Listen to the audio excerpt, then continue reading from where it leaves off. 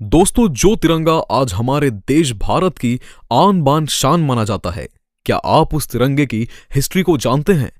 क्या आपने कभी सोचा कि जिस झंडे को देखकर आज हिंदुस्तान में रहने वाला हर इंसान गर्व महसूस करता है, वो झंडा कब बनाया गया था और क्यों बनाया गया था? और इस झंडे का जो डिजाइन है, जो आज हम देखते हैं, ये डिजाइन सबसे पहले किस इंसान के दिमाग में आया था? तो दोस्तों, इस तरह की तमाम चीजों के बारे में आज की इस वीडियो में हम बात करेंगे और भारत के झंडे से जुड़े बहुत जरूरी बातें आज की इस वीडियो में हम जानेंगे। तो दोस्तों, वीडियो शुरू करने से पहले बस मेरी आपसे एक छोटी सी गुजारिश है कि नए आने वाले दोस्त चैनल को सब्सक्राइब करके साथ ही में बेल आइकन को भी प्रेस कर दें और हमारी हौसला अफजाई के लिए हमेशा की तरह हमारी इस वीडियो को भी लाइक कर दें, ताकि इसी तरह की नॉलेजेबल और हिस्टोरिकल वीडियोस का ये सिलसिला जारी रख सकें। दोस्तों, 1857 में जब हिंदुस्तान में रहने वाले लोगों ने अंग्रेजों के खिलाफ बगावत की थी, तभी से हिंदुस्तान में रहने वाले लोगों को एक झंडे की कमी महसूस होने लगी थी। क्योंकि हिंदुस्तानी अंग्रेजों के खिलाफ जब भी कोई आंदोलन किया करते थे, ये बड़ी रैली निकालने की सोचा करते थे, तो उनके पास कोई एक ऐसा झंडा मौजूद नहीं हुआ करता था जिसके जरिए वो तमाम हिंदुस्तान के लोगों को, चाहे वो हिंदू हो, मुस्लिम हो, सिख हो या ईसाई हो, सबको एक झंडे के नीचे जमा कर सके। और किसी भी जंग के लिए सबसे जरूरी चीज झंडा होती है, क्योंकि उसी झंडे के नीचे ही तमाम की तमाम फौज जमा होती है, और वो हिंदुस्तान के लोगों के पास अभी तक मौजूद नहीं था। लेकिन क्योंकि दोस्तों, अंग्रेजों के खिलाफ अब पूरे हिंदुस्तान में जगह जगह पर लड़ाई शुरू हो चुकी थी, इसी वजह से हर इलाके में लोगों ने अपना अपना हिंदुस्तानी झंडा बनाना शुरू कर दिया था। अगर आप इंडिया के झंडे की हिस्ट्री को पढ़ेंगे तो सबसे पहले आपको 1906 में बनाया हुआ वो झंडा दिखाई देगा जो बंगाल में बनाया गया था। बंगाल में अंग्रेजों के खिलाफ एक रैली निकाली गई थी, जिसमें एक ऐसा झंडा बनाया गया था जो 3 रंग से बनाया गया था, और ये शायद हिंदुस्तान का पहला तिरंगा भी था जो 3 रंगों से तैयार किया गया था। इस तिरंगे में सबसे ऊपर केसरिया रंग था, बीच में पीले रंग की पट्टी थी और नीचे हरे रंग की पट्टी थी। बीच वाली पीली पट्टी पर हिंदी में वंदे मातरम लिखा हुआ था और नीचे की हरी पट्टी पर एक सूरज और एक चांद तारा बना हुआ था। इसके बाद हिंदुस्तान का अगला झंडा भीकाजी कामा ने 22 अगस्त 1907 को बनाया था।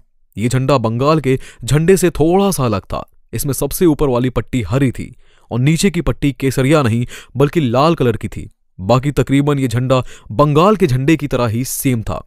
उसके बाद धीरे धीरे फादर ऑफ नेशन यानी गांधी जी को भी हिंदुस्तान के झंडे की टेंशन सताने लगी थी, और उनके दिमाग में भी यही बात चल रही थी कि हिंदुस्तान का एक ऐसा झंडा होना जरूरी है जिसके नीचे तमाम हिंदुस्तान में रहने वाले लोग जमा हो सके। गांधी जी ने पिंगली वेंकैया नामी एक शख्स को ये ऑर्डर दिया कि तुम एक ऐसा झंडा तैयार करो कि जिसमें हरा और लाल रंग दोनों रंग हो और उन दोनों रंग के ऊपर एक चरखा बना हुआ हो। गांधी जी के ऑर्डर पर पिंगली वेंकैया ने एक ऐसा झंडा तैयार किया कि जिसके ऊपर हरा कलर था और नीचे रेड कलर था, और उन दोनों के बीच में एक चरखा बना हुआ था। लेकिन गांधी जी को यह झंडा बिल्कुल भी पसंद नहीं आया। उसके बाद उन्होंने पिंगली वेंकैया को यह कहा कि इन 2 रंगों के अलावा एक रंग और शामिल किया जाए, और वो नया रंग होना चाहिए सफेद। तो दोस्तों, गांधी जी के मशवरे पर पिंगली ने अब उसमें तीसरा रंग भी शामिल कर दिया था। दोस्तों, बड़ी जद्दोजहद के बाद आखिरकार 1931 में इंडियन नेशनल कांग्रेस की तरफ से एक ऐसे झंडे को परमिशन दे दी गई कि जो 3 कलर का था, जिसमें सबसे ऊपर केसरिया कलर था, बीच में सफेद और नीचे ग्रीन यानी हरा कलर था, और उस झंडे के बीच में एक चरखा बना हुआ था जो गांधी जी की फरमाइश पर बनाया गया था। उसके बाद 1931 से लेकर 1947 तक यही इंडिया का झंडा रहा, और इसी झंडे के नीचे पूरे इंडिया के लोगों ने अपनी आजादी के लिए लड़ाई लड़ी थी। 1947 में जब अंग्रेज भारत को छोड़कर चले गए, तो पूरे हिंदुस्तान के सामने सबसे बड़ा सवाल और सबसे बड़ी मुसीबत यही थी कि आखिर अब भारत का झंडा कैसा बनाया जाए, क्योंकि अभी तक जिस झंडे के नीचे रहकर हिंदुस्तान के तमाम लोगों ने अंग्रेजों से लड़ाई लड़ी थी, वो भारत का झंडा नहीं था बल्कि कांग्रेस पार्टी का झंडा था, और भारत के झंडे को कांग्रेस पार्टी के झंडे से अलग रखना बहुत जरूरी था। तो 1947 में एक ऐसी टीम बनाई गई जिसे ये जिम्मेदारी दी गई कि वो भारत के पुराने झंडे को बदलाव करके इंडिया का एक नया झंडा तैयार करे। उस टीम में जवाहरलाल नेहरू, डॉक्टर भीमराव अंबेडकर, सरदार वल्लभ भाई पटेल और मौलाना अब्दुल कलाम आजाद जैसे बड़े बड़े नेता शामिल थे। दोस्तों, उस वक्त संविधान सभा के एक जनरल सिक्योरिटी हुआ करते थे जिनका नाम था बदरुद्दीन तैयब जी। बदरुद्दीन तैयब जी ने संविधान सभा के सामने ये प्रस्ताव रखा कि क्यों ना हम भारत के झंडे से चरखे को निकालकर उसकी जगह अशोक का चक्र लगा दें।